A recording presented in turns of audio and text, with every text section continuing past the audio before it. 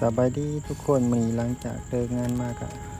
มาตกเบ็ดทีอ่างเนาะทุกคนซื้อไก่ซื้อหมูซื้อกุ้งมากาวาสิตกเบ็ดปรากฏนั่นแหละนี่บรรยากาศที่ขอบอ่างดีสุดเลยจักสิได้จักโตหลุดน้ำกันเลยทุกคนช่วงนี้กำลังกีกล้วยกินอยู่เนาะสบายดีเด้อทุกคนเด้อวันนี้มาใส่เบ็ดทุกคนเตรียมก่อไฟสิอย่างเสร็จปรากฏมันอย่างปลาแล้วอย่างไก่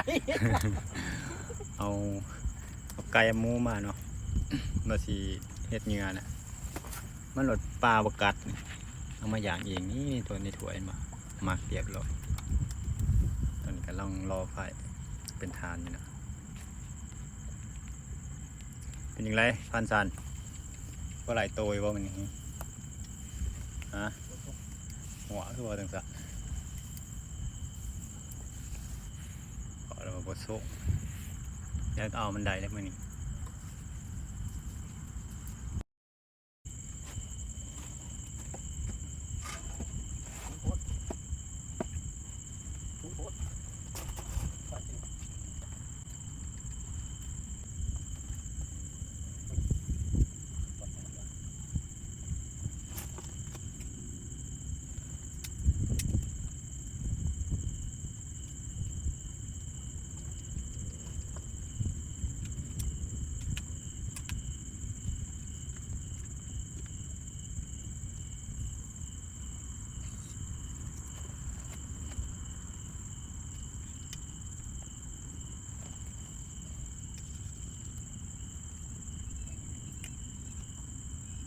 เข้าใจเนาะ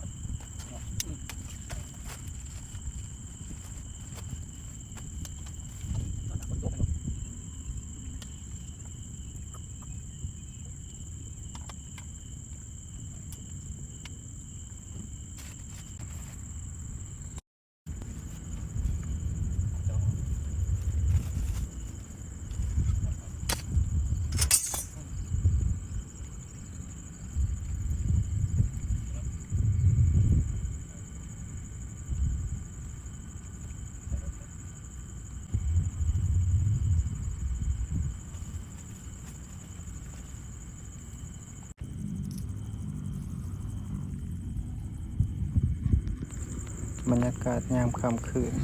ทุกคนดีสุดๆเลย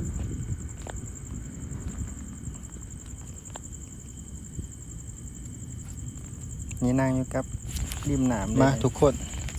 หลังจากใส่เวทไปกะได้ปลาตัวเดียวเนาะทุกคนเนาะก็เลยเอาไก่เอาหมูที่มาทำเป็นเหยื่อตกปลาเนาะสิตกปรากฏบ่ได้ก็ได้เอามาปีกซุปแล้วกินน้ำกันเด้อกาวาสิย่างปลาดู